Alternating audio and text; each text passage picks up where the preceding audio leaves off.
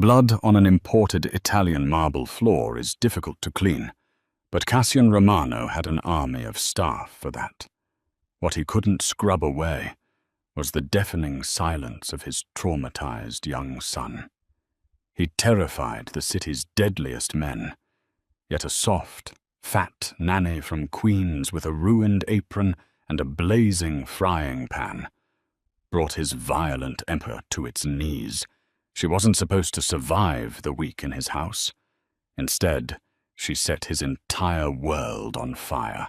The Romano estate sat like a concrete fortress deep in the wooded hills of upstate New York, a sprawling monument to new money and old blood.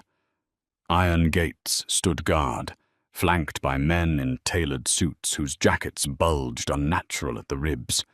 Inside, the temperature always felt 10 degrees colder than the outside world. Cassian Romano preferred it that way. Cold men did not make mistakes.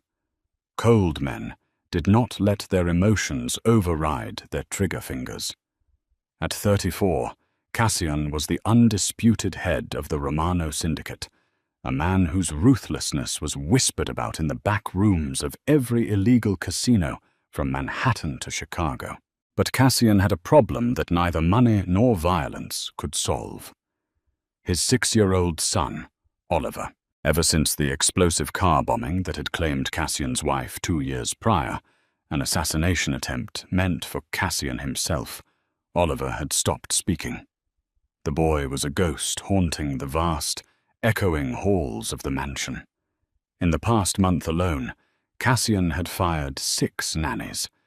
They were all the same, terrified, overly manicured women who flinched every time a door slammed, or worse, looked at Oliver with suffocating pity.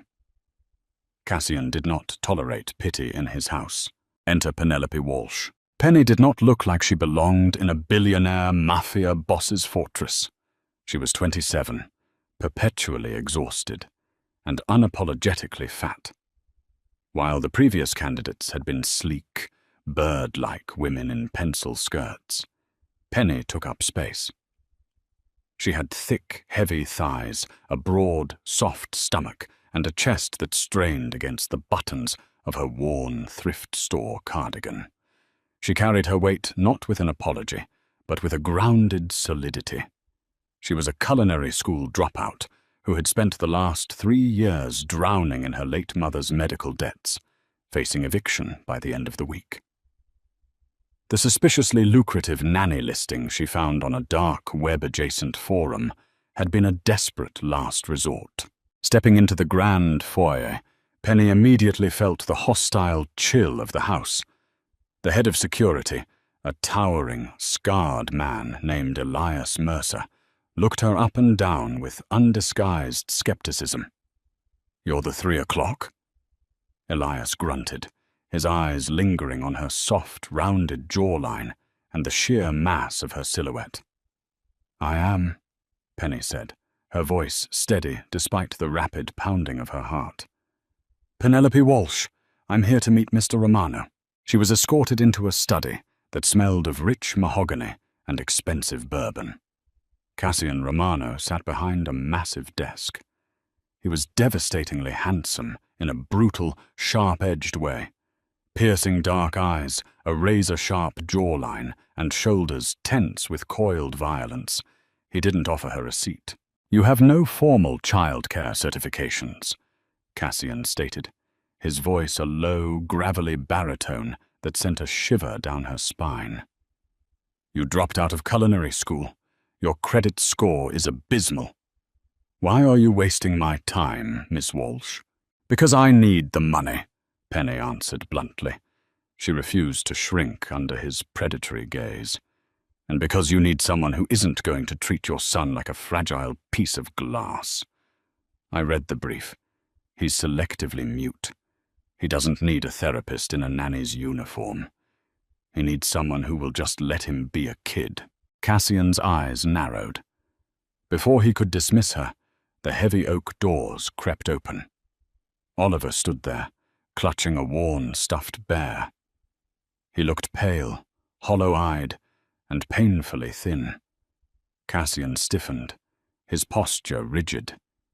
He loved his son, but he had absolutely no idea how to comfort him. Penny didn't hesitate. She didn't coo or baby talk. She simply knelt, her knees popping slightly under her weight, bringing herself to eye level with the boy. "Hi, Oliver. I'm Penny. I'm basically a giant human marshmallow, and I give excellent hugs, but only if you want one. If not, I'm also really good at making incredibly gooey macaroni and cheese." Oliver stared at her. Slowly, his eyes drifted down to her soft, protruding stomach, then back to her face. He didn't smile, but he didn't run away either. He took a single, hesitant step toward her. Cassian watched, stunned. Oliver hadn't approached a stranger in 2 years. "You're hired," Cassian said sharply. "A trial week. Do not make me regret this." Penny's trial began immediately. By 6 o'clock, she decided the oppressive, sterile kitchen needed life. It was a chef's dream. 6-burner Viking range, marble countertops, but it looked completely unused. Deciding to fulfill her macaroni and cheese promise, Penny went to work. She was in her element, moving her heavy body with surprising grace as she grated sharp cheddar and whisked a roux. But the high-end industrial stove was temperamental. As she turned away to grab a pinch of paprika, a sudden flare-up caught the edge of a grease-splattered towel she'd set too close to the burner. Flames shot upward with a furious hiss. "Oh, son of a—" Penny grabbed the heavy iron skillet, trying to smother the fire, but she knocked over a bottle of olive oil, fueling the blaze. Smoke billowed up, setting off a deafening alarm. Footsteps thundered down the hallway. Within seconds, Cassian burst into the kitchen, a customized Glock 19 drawn and leveled at the smoke, ready to execute whatever assassin had breached his home. 3 armed guards crowded in behind him. Through the haze, Cassian saw Penny. Her face was smeared with soot, her hair escaping its messy bun, furiously beating a flaming towel with a large metal spatula. "What the hell is going on in here?" Cassian roared, lowering his weapon, his chest heaving.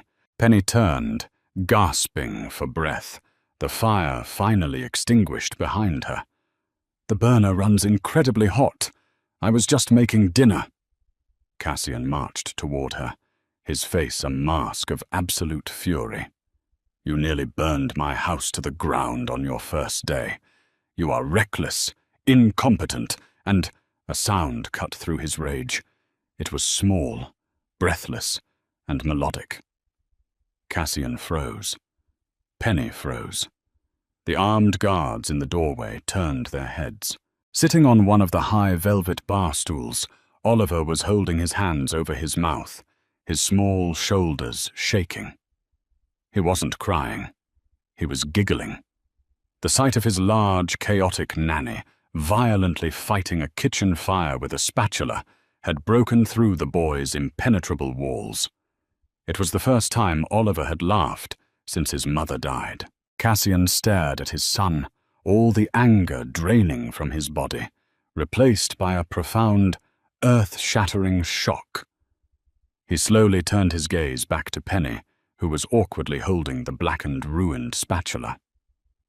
"Dinner," Cassian said, his voice strangely hoarse. "Is at 7. Don't burn the pasta." Surviving the first week at the Romano estate required Penny to develop a very specific set of rules. Rule 1. Never ask what is inside the heavy duffel bags the men load into the black SUVs at 3 a.m. Rule 2. Ignore the bloodstains occasionally found on the hem of Cassian's custom-tailored suits. Rule 3. Focus entirely on Oliver. Despite the looming danger of her employer's profession, Penny found herself deeply attached to the little boy. Oliver remained mute, but he communicated with her through tugs on her oversized sweaters and bright, expressive eyes. He liked resting his head against her soft, plush stomach while she read him stories, finding comfort in the physical warmth and cushioning that his cold, statuesque father could not provide. But Cassian Romano was not ignoring Penny. In fact, he was becoming dangerously obsessed with her. From the safety of his office, Cassian frequently watched the security feeds. He watched her dance around his kitchen, unapologetic in her size. He watched how her thick thighs shifted under her skirts, how her heavy breasts rested against the counter when she leaned over to help Oliver with a puzzle. In Cassian's world, women were currency, thin, surgically perfected, and entirely compliant. Penny was loud, messy, large, and fiercely defiant. She argued with his head of security. She demanded better groceries. She was a storm of domestic chaos in his violently structured life, and it ignited a dark, primal hunger in him that he hadn't felt in years. It was exactly 2:14 a.m. on a rainy Thursday when the carefully maintained boundaries between them began to crack. Penny couldn't sleep. The lingering anxiety of her unpaid debts and the sheer surrealism of living with a Mafia boss kept her tossing and turning. She padded down to the kitchen in an oversized t-shirt and loose sweatpants, her bare feet silent on the marble.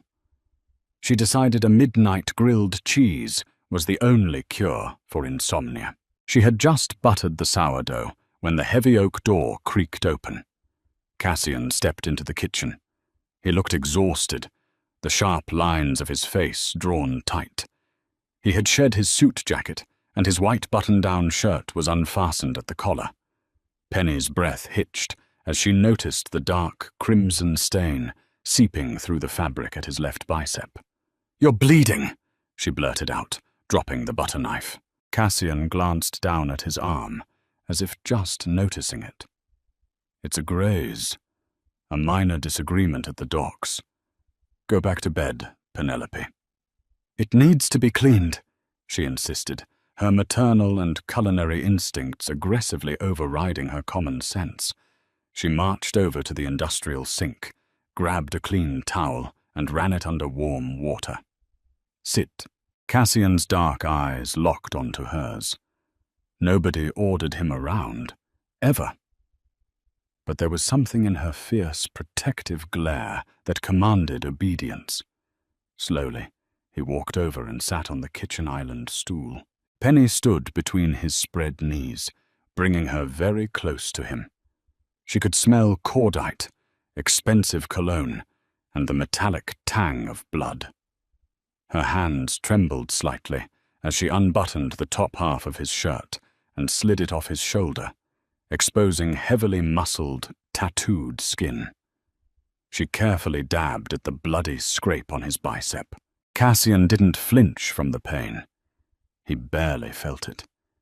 Every ounce of his focus was on the woman standing between his legs. The proximity was intoxicating. Her soft, heavy stomach brushed gently against his thighs as she leaned in. He could feel the heat radiating from her lush, full body. "You are surprisingly bossy for a woman who nearly burned down my kitchen," Cassian murmured, his voice dropping an octave, vibrating with an undeniable dark energy. "And you are surprisingly accident-prone for a terrifying crime lord," Penny shot back, though her voice wavered. She taped a large bandage over the wound. "There. You'll live." She tried to step back, but Cassian's large, calloused hand suddenly shot out, gripping her thick hip. His fingers pressed firmly into her soft flesh, anchoring her in place. Penny gasped, her eyes flying up to meet his. "You don't flinch when you see blood," Cassian said softly, his thumb slowly tracing the curve of her hip through her sweatpants. "You don't cower when my men walk the halls armed. Who exactly are you, Penelope?" "I'm just a nanny," she whispered, her heart hammering violently against her ribs. The heat between them was suffocating, heavy with unspoken desire. "You are a liar," he countered softly, leaning forward until his lips were inches from hers. "And you are driving me completely insane." Before he could close the distance, the sharp buzzing of a cell phone shattered the tension. Cassian stiffened, his eyes darkening as he released her hip. He pulled his phone from his pocket, his expression instantly shifting back to the cold, merciless boss. He stood up, buttoning his ruined shirt. "Finish your sandwich, Penelope, then go to sleep." He turned and strode out of the kitchen, leaving Penny breathless, clutching the counter to support her shaking legs. She needed to calm down. She turned back to the pantry to grab the salt, her hands still trembling from his touch. As she reached behind the large ceramic flour canister, her fingers brushed against something hard and metallic that didn't belong there. Frowning, Penny pulled it out. It was a cheap, disposable burner phone. Taped to the back of it was a small hand-drawn map of the estate's security camera blind spots. Penny's blood ran cold. Someone inside the house, someone with intimate access to the kitchen and the security layout, was feeding information to an enemy. Just as the realization hit her, she heard a faint scrape of a shoe behind her. "You shouldn't have found that, Penny," a low voice said from the shadows. She spun around, dropping the phone onto the marble floor. Standing in the doorway, stepping out from the dark hallway, was Elias Mercer. Elias Mercer stepped fully into the dim light of the kitchen, the heavy silencer of a Heckler & Koch USP gleaming dully in his right hand. The man who was supposed to be the impenetrable shield of the Romano family looked entirely too relaxed, a chilling smile playing on his scarred lips. The smell of burning sourdough bread filled the air as Penny's abandoned sandwich charred on the hot cast-iron griddle. Penny's heart slammed against her ribs, a frantic, trapped rhythm. She slowly backed up until her heavy hips hit the edge of the marble island.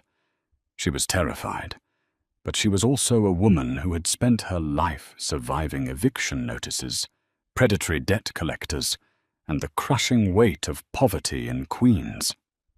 She did not freeze. Her mind raced, cataloguing the weapons around her. The heavy Le Creuset Dutch oven, a block of Wusthof chef's knives, and the sizzling pan of butter behind her. "Thomas Gallagher pays remarkably well for inside access," Elias said, his voice a low, gravelly sneer.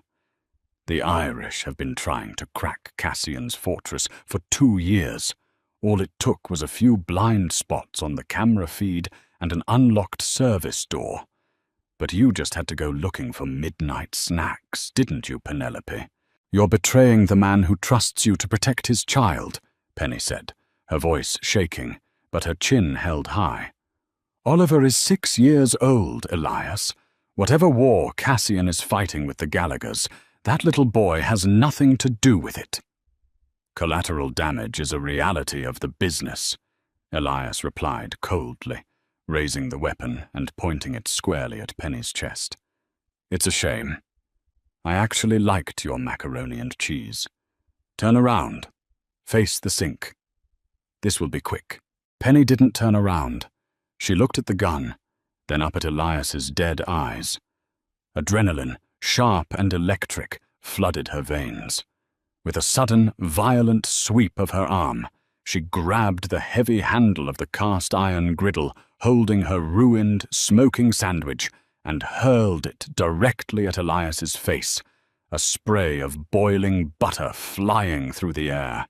Elias shouted in agony as the scalding grease hit his eyes. He fired blindly, the suppressed gunshot making a sharp thwip sound as the bullet shattered the custom backsplash inches from Penny's head. Before Elias could recover his aim, the kitchen doors burst open with explosive force. Cassian Romano moved faster than Penny's eyes could track. He didn't yell. He didn't hesitate. He crossed the room like a predatory shadow, driving his shoulder into Elias's chest with the force of a freight train. The two massive men crashed into the Sub-Zero refrigerator, the stainless steel denting under the brutal impact. Elias's gun skittered across the floor. Cassian drove a devastating right hook into Elias's jaw, the sickening crunch of bone echoing in the large room.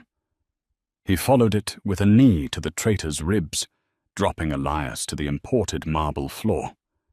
Cassian stood over him, his chest heaving, his dark eyes entirely devoid of humanity. He pulled his customized Glock 19 from the waistband of his trousers and pressed the barrel directly against Elias's bleeding forehead. "Give me one reason not to paint my floor with your brains," Cassian hissed, his voice a lethal, terrifying whisper. "The Gallaghers are already on their way," Elias coughed, spitting a mixture of blood and saliva onto the pristine white tiles. "You're a dead man, Cassian. Your empire is crumbling. Thomas sends his regards." Cassian's jaw ticked. Without a word, he struck Elias across the temple with the heavy butt of the pistol, knocking the man unconscious instantly. The silence that followed was deafening, broken only by Penny's ragged, gasping breaths. She was sliding down the side of the kitchen island, her legs finally giving out beneath her heavy frame. She wrapped her thick arms around her knees, trembling uncontrollably. Cassian turned to her, the cold, murderous rage instantly vanishing from his features, replaced by raw, unadulterated panic. He holstered his weapon and dropped to his knees in front of her. His large hands gripped her shoulders, his thumbs wiping a smear of soot from her cheek. "Are you hit? Penelope, look at me. Are you bleeding?" His voice was frantic, his dark eyes scanning her soft, rounded body for any sign of injury. "I threw a grilled cheese at him," Penny sobbed, a hysterical laugh escaping her throat. "I threw a sandwich at a hit man." Cassian let out a shaky breath, pulling her forward and crushing her against his chest. Penny buried her face in the crook of his neck, breathing in the scent of his expensive cologne and the metallic tang of violence. His arms wrapped around her broad, soft back, holding her as if she were the most precious thing in the world. He pressed a fierce, lingering kiss to the crown of her messy hair. "You are magnificent," Cassian murmured against her skin. "But we have to leave now. If Elias compromised the perimeter, this house is a tomb." Heavy footsteps pounded down the stairs. Two of Cassian's loyal lieutenants, Arthur and Briggs, rushed into the kitchen, their assault rifles drawn. They took one look at Elias's unconscious body and lowered their weapons, awaiting orders. "Zip-tie him and throw him in the trunk of the Audi," Cassian barked, his voice returning to the icy command of a Mafia boss. "Briggs, grab Oliver. Pack nothing but essentials. We are burning the protocols. We move to the Catskills property in 3 minutes. Penny pulled back, her eyes wide. "What about the police?" Cassian looked at her, his expression grim. "In my world, Penelope, we do not call the police. We survive. And I promise you, on my life, I will not let anything happen to you or my son." The armored Cadillac Escalade tore through the rain-slicked highways of upstate New York, putting miles between the Romano family and the compromised mansion. Inside the heavy, sound-proofed cabin, the tension was suffocating. Oliver lay asleep across Penny's lap, his small hands clutching the soft fabric of her sweatpants. He had slept through the gunfire, heavily dosed with children's cold medicine earlier in the evening. A small mercy in a night of horrors. Penny sat in the darkness, her hand gently stroking Oliver's hair. Beside her, Cassian was a statue of coiled tension. He was constantly on a satellite phone, barking orders in hushed, violent tones to his associates, locking down his illegal enterprises and preparing for a full-scale war with the Gallagher Syndicate. Every so often, Cassian's dark eyes would drift to Penny. In the soft glow of the passing streetlights, she looked exhausted, yet incredibly beautiful. She wasn't manicured or polished. Her lush, heavy curves spilled over the leather seats, taking up space in a way that made Cassian's chest ache with a sudden, overwhelming possessiveness. He had spent his entire life surrounded by calculating, artificial people. Penny was pure, unadulterated reality. By dawn, the SU-5 pulled off a hidden dirt road deep in the Catskill Mountains, arriving at a brutalist concrete and glass fortress built directly into the side of a cliff. The property, owned by a shell corporation named Aegis Holdings, was designed for a siege. It featured bulletproof glass, reinforced steel doors, and an independent power grid. "Welcome to the bunker," Cassian said quietly as Arthur opened the heavy vehicle doors. Inside, the safe house was stark, cold, and heavily militarized. There were no plush carpets or velvet curtains, only polished concrete floors, leather furniture, and an arsenal of high-grade weaponry locked in glass cabinets. Penny immediately went to work, softening the harsh environment for Oliver. She found extra blankets, created a makeshift fort in the corner of the living room, and distracted the boy with an iPad she found in the command center. For the first time in 24 hours, she allowed herself to breathe.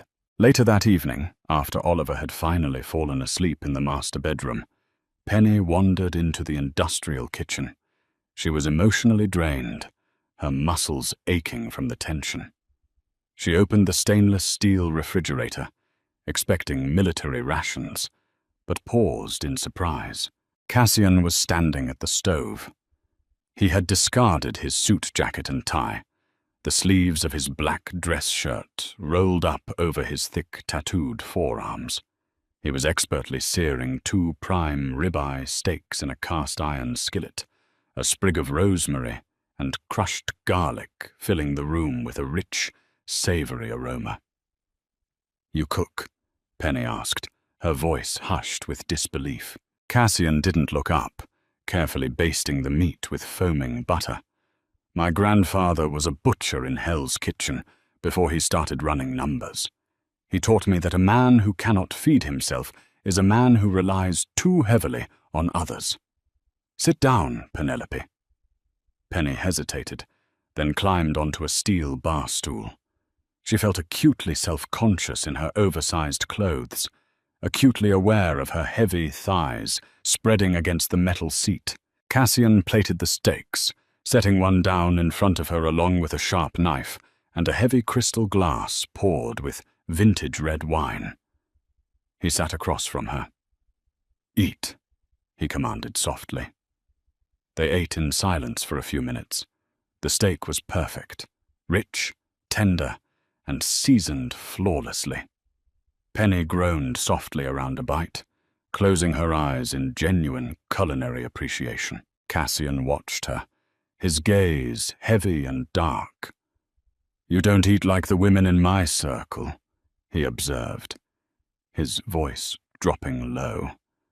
"They push lettuce around their plates and pretend they aren't starving." Penny swallowed nervously, looking down at her thick waist. "I definitely don't pretend to be starving. I know I'm not. I know I don't look like the women you usually associate with, Cassian. You don't have to point it out." Cassian's hand shot across the table, his large, rough fingers wrapping gently but firmly around her thick wrist. He stopped her from pulling away. "You misunderstand me," he said, his eyes burning with an intense, raw heat that made Penny's breath hitch. "I am absolutely captivated by you. I have spent years surrounded by ghosts, hollow people who fade into the background. You are substantial, Penelope. You are soft and fierce, and you take up exactly as much space in the world as you deserve." He stood up slowly, walking around the kitchen island until he was standing directly between her spread knees. Penny's heart hammered against her ribs. She had never been looked at like this, like she was something to be worshipped, something to be devoured. Cassian reached out, his large hands settling firmly on her wide, plush hips. He traced the curve of her body, pulling her slightly forward until her soft stomach pressed against the hard, rigid muscles of his abdomen. "You saved my life last night," Cassian whispered, leaning down until his lips brushed against her ear. "You protected my son. I don't know how to be a good man, Penelope, but I know that I am never letting you go." He tilted her chin up, his mouth crashing down onto hers. It wasn't a gentle kiss. It was possessive, bruising, and desperate, a collision of two worlds. Penny gasped into his mouth, her hands tangling in his dark hair as she kissed him back with equal fervor. The contrast between his lethal, hardened exterior and her lush, giving softness was intoxicating. But the moment of passion was violently shattered. A high-pitched, screeching alarm suddenly blared through the concrete fortress, flashing red strobe lights bathing the kitchen in a harsh, bloody glow. Cassian tore himself away from her, instantly pulling the Glock from his holster, his romantic demeanor replaced entirely by the cold, ruthless killer. "Motion sensors on the eastern ridge," Arthur yelled, running into the room carrying a tactical shotgun. "Two heavily armored SUVs just breached the outer gate. The Gallaghers found us." Cassian looked at Penny, his eyes wide with a terrifying promise of violence. "Get in the reinforced panic room with Oliver. Lock the steel door. And no matter what you hear, Penelope, do not come out." The blaring alarm of the bunker cut through the romantic tension like a physical blade. The heavy red strobe lights spun violently, casting long, nightmarish shadows across the industrial kitchen. Cassian's transition from a passionate lover to a cold-blooded killer was instantaneous. He shoved a spare magazine into his Glock, his jaw clenched so tight a muscle ticked furiously near his ear. Penny didn't freeze. The adrenaline from the kiss instantly transmuted into a fierce, maternal terror. She turned and ran down the polished concrete hallway toward the master bedroom, her bare feet slapping against the cold floor. She threw open the door to find Oliver sitting up in the center of the massive bed, his hands covering his ears, his eyes wide with a familiar, paralyzing horror. The boy was flashing back to the car bomb that had taken his mother. "I've got you, Ollie," Penny said, her voice remarkably steady. She scooped the 6-year-old into her arms. Despite his age, he was light, fragile. She pressed his face into the soft, deep curve of her neck, letting her heavy, warm body act as a physical shield against his terror. She carried him to the back of the walk-in closet, pulling aside the false wall to reveal the heavy, reinforced titanium door of the panic room. She punched in the code Cassian had given her just hours earlier. The door hissed open, revealing a sterile 6x6 steel box equipped with independent ventilation, monitors, and survival rations. She stepped inside, hitting the emergency lock button. The heavy bolts slammed into place with a deafening, final thud. Inside, the screaming alarm was muffled, reduced to a dull, distant throb. Penny sank to the floor, pulling Oliver onto her lap.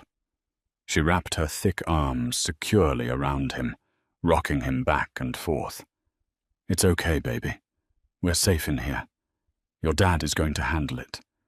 He's the toughest guy in the world, remember?"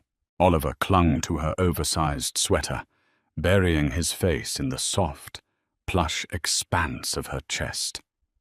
His breathing began to slow, grounded by the steady, heavy rhythm of Penny's heartbeat. Outside the panic room, the safe house had transformed into a war zone. Thomas Gallagher had not sent a warning. He had sent a hit squad. The outer reinforced glass of the living room shattered under the relentless assault of heavy automatic gunfire. Cassian crouched behind a solid concrete pillar, his tactical rifle raised. Arthur and Briggs covered the flanking corridors. "They brought breaching charges!" Arthur shouted over the deafening roar of gunfire, discharging his shotgun into the shadows of the tree line.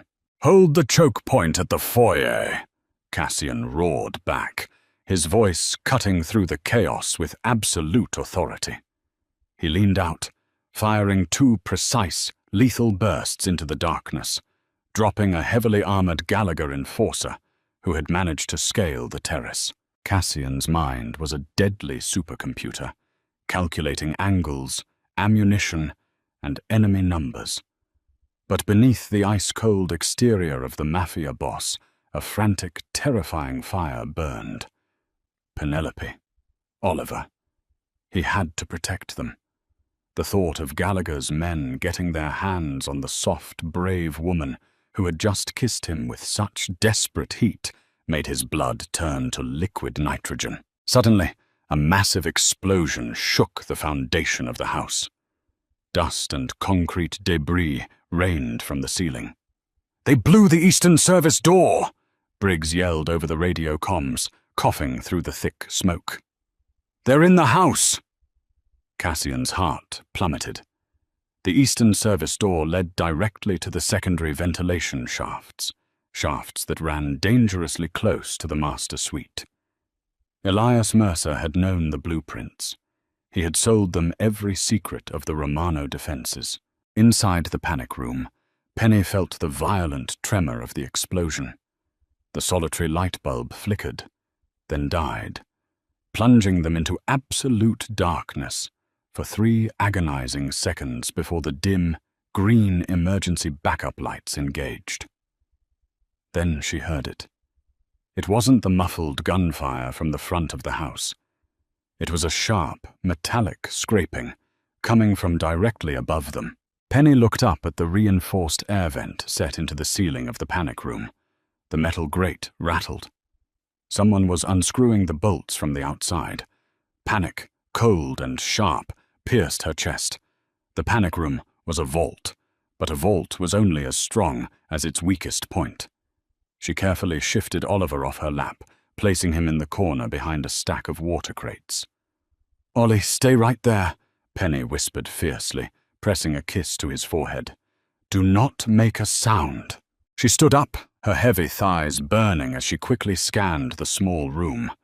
There were no guns inside. Cassian had kept the armory separate to prevent accidents. The only items were survival gear. Penny ripped open a heavy plastic bin and grabbed the heaviest thing she could find, a solid steel emergency crowbar. Above her, the vent cover suddenly gave way, crashing to the floor. A pair of heavy combat boots dropped through the opening, followed by the hulking frame of a man dressed in black tactical gear. It was Finian Boyle, one of Gallagher's most notorious and vicious enforcers. He landed with a heavy grunt, standing up in the cramped space. He pulled a serrated hunting knife from his belt, an ugly, cruel smile twisting his face as he looked at Penny and the boy cowering behind her. "Well, well," Finian chuckled, his thick Irish brogue dripping with malice. "Thomas said to leave no survivors. Looks like I hit the jackpot." Penny gripped the crowbar with both hands, stepping directly between Finian and Oliver. She was terrified, but she was entirely immovable. Her large, soft body blocked the assassin's path completely. "You are not touching him," Penny snarled, her voice dropping to a guttural, primal pitch she didn't know she possessed. Finian laughed, lunging forward with the knife aimed straight for her stomach. Penny didn't dodge. She used her weight. As the assassin lunged, she pivoted her hips, letting the blade slice through the loose fabric of her sweatpants and graze her thigh. In the same motion, she swung the heavy steel crowbar with every ounce of strength in her thick arms, bringing it down squarely on Finian's knee. Bone cracked with a sickening snap. Finian screamed, his leg buckling beneath him, but he was a professional killer. As he fell, he wildly swung his arm, the heavy handle of his knife catching Penny across the jaw. The blow sent her crashing against the steel wall. The world spun in a dizzying array of green light and sharp pain, but Penny refused to stay down. She tasted blood. She saw Finian reaching for a sidearm strapped to his ankle. Before the enforcer could draw his weapon, the heavy titanium door of the panic room hissed and violently blew inward. Cassian stood in the doorway, a terrifying vision of absolute violence. His face was smeared with concrete dust and blood, his dark eyes entirely hollowed out by a murderous rage. He didn't hesitate. Before Finian could even raise his sidearm, Cassian fired twice. The deafening reports echoed brutally in the small steel box. Finian collapsed to the floor, instantly dead. Cassian immediately dropped his weapon, falling to his knees beside Penny. He ignored the dead assassin completely. His large, calloused hands framed Penny's face, his thumbs gently wiping away the blood trickling from the split on her jaw. "Are you hurt? Where are you hit?" he demanded, his voice breaking, a sound so raw and desperate it brought tears to Penny's eyes. "I'm okay," Penny gasped, leaning into his touch. "My leg, just a graze. He didn't get to Oliver." Cassian looked over her shoulder. Oliver was trembling in the corner, but he was unharmed. Cassian let out a jagged exhale, pulling Penny into his chest for a brief, crushing second. "We can't stay here. The house is completely overrun. Arthur and Briggs are holding the line at the stairs, but we have to go out the emergency egress into the woods. Now!" He helped her up. Penny's leg throbbed where the knife had sliced her thigh, but she ignored the burning pain. She scooped Oliver up, settling him onto her wide hip. Cassian led them out of the panic room and down a narrow, hidden concrete corridor that sloped downward. He pushed open a heavy iron door at the end, and the bitter, freezing wind of the Catskill Mountains hit them like a physical wall. A blizzard had rolled in, blinding and chaotic. The snow was already knee-deep. "Keep directly behind me," Cassian shouted over the howling wind, keeping his rifle raised as he forged a path through the heavy snowdrifts. The escape was agonizing. Penny was a large woman, unused to intense physical exertion. Her lungs burned with the icy air, and her thick thighs ached with every step as she trudged through the deep snow, carrying the dead weight of a terrified 6-year-old. The graze on her leg bled sluggishly, stinging against the cold. But she didn't stop. She didn't complain. She focused entirely on the broad, dark silhouette of Cassian Romano moving ahead of her, matching her breathing to the crunch of his boots. Cassian glanced back constantly. He saw her struggling, saw the exhaustion painting her face, but he also saw an unbreakable, magnificent determination. She wasn't slowing down.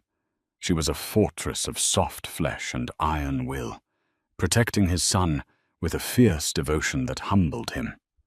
They pushed through the dense pines for nearly a mile until they reached a frozen, isolated creek bed. The gunfire from the house had faded into the distance, muffled by the howling blizzard. Cassian signaled for them to stop beneath the massive, sheltering branches of an ancient spruce tree. He stripped off his heavy tactical jacket and wrapped it around Penny and Oliver, leaving himself in only his black shirt and tactical vest. "We wait here," Cassian murmured, his breath pluming in the freezing air. "I have an extraction team coming to these coordinates. 10 minutes, Penny nodded, sinking heavily to the base of the tree, pulling Oliver tight against her warm stomach to share her body heat. But their sanctuary was broken by the sound of crunching snow. Out of the whiteout, a solitary figure emerged. It was Thomas Gallagher himself, flanked by two massive attack dogs on heavy chains. He was an older man, distinguished and impeccably dressed in a heavy wool overcoat, but his eyes were cold and reptilian. "You always were a hard man to kill, Cassian," Thomas called out over the wind, stopping 20 yards away. He held a customized, long-barreled magnum. "But I knew you'd make for the creek bed. Predictable." Cassian stepped forward, placing his body entirely between Thomas and the tree where Penny hid. He raised his rifle, only to hear the hollow, empty click of a dry chamber. He had used his last round securing their escape from the house.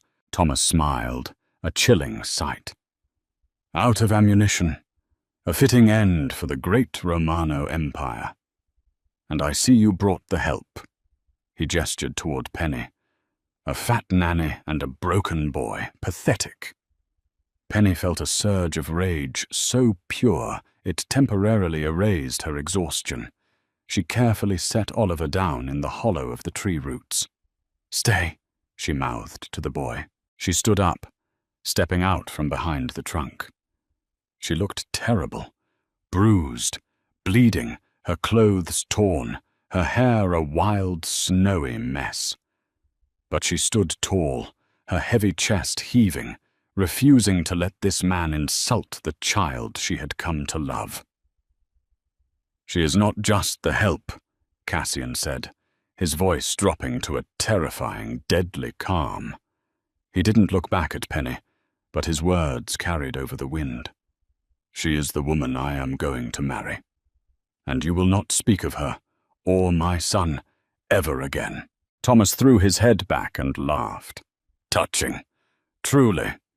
But you're both going to die in the snow." He raised the magnum. Before Thomas could pull the trigger, a sharp, echoing crack split the mountain air. Thomas Gallagher's eyes went wide. A small, dark hole appeared perfectly in the center of his forehead. He stood frozen for a fraction of a second, before collapsing forward into the snow, dead before he hit the ground. His dogs, spooked by the sudden noise and the fall of their master, broke their chains and scattered into the woods. Cassian spun around, his tactical instincts on high alert. Standing 10 feet behind Penny, holding Elias Mercer's discarded Heckler & Koch USP, a gun that must have fallen from Cassian's waist belt during the frantic escape, was Oliver. The 6-year-old's hands were shaking violently from the recoil, but his eyes were locked fiercely on the man who had just threatened his father and his Penny. The boy dropped the gun into the snow. For a moment, the only sound was the howling wind. Then Oliver looked up at Penny. His lips parted, trembling. "Penny," the boy whispered, his voice hoarse and tiny from 2 years of disuse. "Cold." Penny let out a shattered sob. She rushed forward, falling to her knees in the snow and sweeping the boy into a massive, desperate hug. Cassian was there a second later, dropping to the ground and wrapping his arms entirely around the two of them, burying his face in Penny's neck, overwhelmed by a tidal wave of relief, shock, and an all-consuming love. In the freezing, bloody snow of the Catskills, surrounded by death and the ashes of his old life, the cold Mafia boss realized he had finally found his home. The rhythmic thwapping of rotor blades chopped violently through the howling blizzard. A sleek black Sikorsky S-76 helicopter descended like a dark angel over the frozen tree line, its powerful landing lights cutting through the blinding, chaotic snow. Cassian shielded Penny and Oliver from the vicious, icy downdraft, his arm locked tight and immovable around Penny's broad waist. Arthur leapt from the open side door of the chopper, his face bruised and bleeding but his eyes fiercely alert, waving them forward. They scrambled into the heated, leather-lined cabin. As the heavy doors slid shut, sealing out the freezing death of the Catskills, the adrenaline that had kept Penny standing finally crashed. She slumped against the plush beige leather seats, her heavy thighs trembling uncontrollably. Oliver stayed buried in her chest, his small fingers curled deep into her ruined, bloody sweater. Cassian didn't sit in the luxurious captain's chairs across from them. He knelt directly on the vibrating floor of the cabin, pressing his forehead against Penny's knee. For a man who ruthlessly ruled a violent underground empire, he looked entirely undone. "We're going to the private suite at Mount Sinai," Cassian ordered the pilot, his voice hoarse and raw. He keyed his comms unit to speak to his remaining loyal men. "Call Dr. Aris Caldwell. Tell him I need the entire VIP wing cleared, and find out what happened to Elias Mercer's body in the trunk of the Audi." "Elias is secured in holding, boss. He'll be dealt with tonight," Arthur replied grimly, tossing a heavy, heated wool blanket over Penny's trembling shoulders. The flight back to Manhattan was a blur of utter exhaustion and quiet, miraculous tears. Halfway to the city, Oliver shifted against Penny's plush stomach and spoke 2 more words: thirsty and dad. The latter caused Cassian to break down completely. The terrifying syndicate leader buried his face in his son's neck, weeping silent, tearing sobs that shook his massive shoulders. Penny held them both, her soft, generous body acting as the unshakable anchor for the 2 broken Romano men. Hours later, the violent chaos of the mountains had transformed into sterile, expensive quiet. Penny lay in a luxurious, heavily guarded recovery suite on the Upper East Side. Dr. Caldwell had carefully cleaned and stitched the vicious knife wound on her thick thigh, prescribing high-grade antibiotics and strict bed rest. She was currently dressed in a silk hospital gown that barely contained her lush, heavy curves, but she felt clean and, miraculously, completely safe.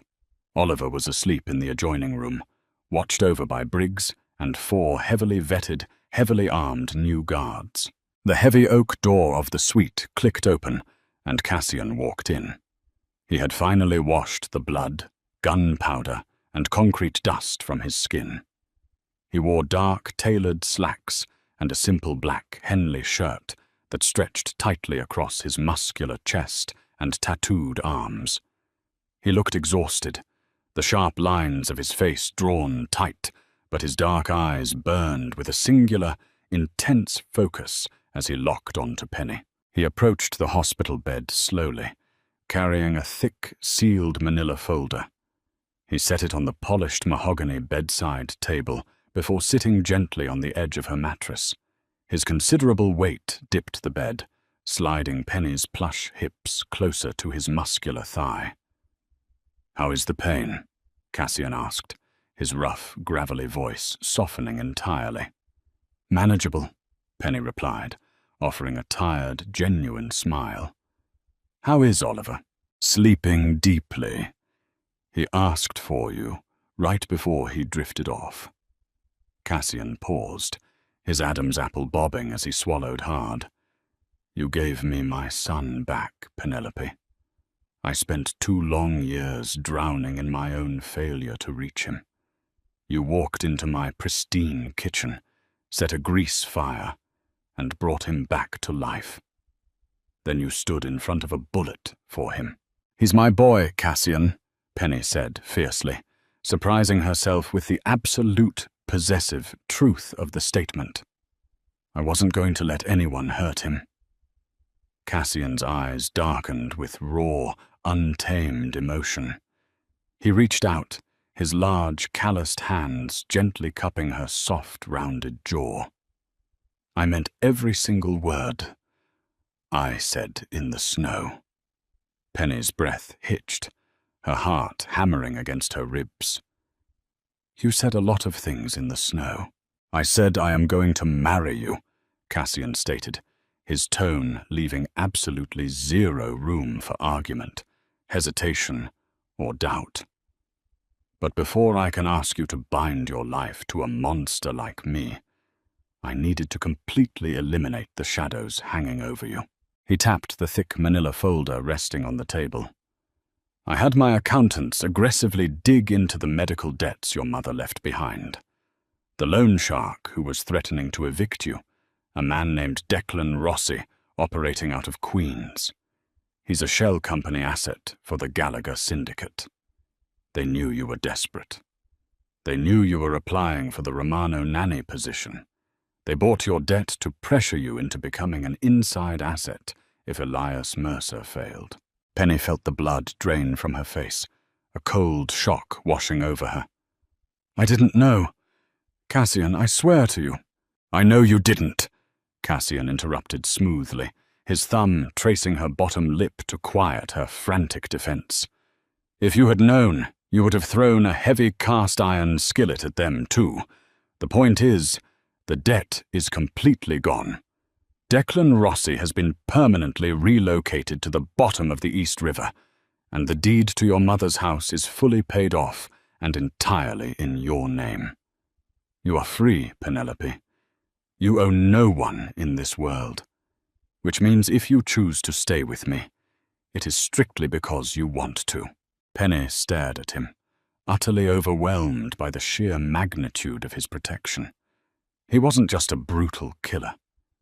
He was an impenetrable shield, and he had wrapped himself entirely around her life to keep her safe. I want to stay, Penny whispered, thick tears spilling over her lashes. I want you. I want Oliver. I don't care about the danger or the syndicate, Cassian. I just want my family. Cassian let out a fractured, heavy breath, leaning down to finally capture her lips. The kiss was slow, impossibly deep, and devastatingly tender. He shifted closer, pulling her heavy, soft body against his solid chest, worshipping the lush, magnificent curves that had shielded his child from death. His hands slid down her wide waist, resting reverently on her thick, plush thighs, mindful of her fresh bandages. You are my queen, Cassian murmured against her mouth, his voice vibrating with absolute devotion. You take up every inch of my heart, Penelope. I will build an empire of iron and fire just to keep you safe. Penny wrapped her thick arms tightly around his neck, pulling the terrifying cold Mafia boss down into the giving softness of her embrace. The bitter coldness that had haunted the Romano family for years was finally permanently extinguished, replaced by a roaring, beautiful fire that would never burn out. The flames of danger and passion have finally settled, leaving Cassian, Penny, and Oliver to forge a powerful new legacy together from the ashes of their violent past. Penny proved that true strength doesn't come from an icy heart or a slender frame, but from fierce maternal love and absolute bravery. Thank you so much for experiencing this intense, heart-stopping Mafia romance drama with us. If Penny's incredible journey and Cassian's fierce devotion captured your heart, please hit that like button, share this video with your friends, and subscribe to our channel for more thrilling, romance-filled stories.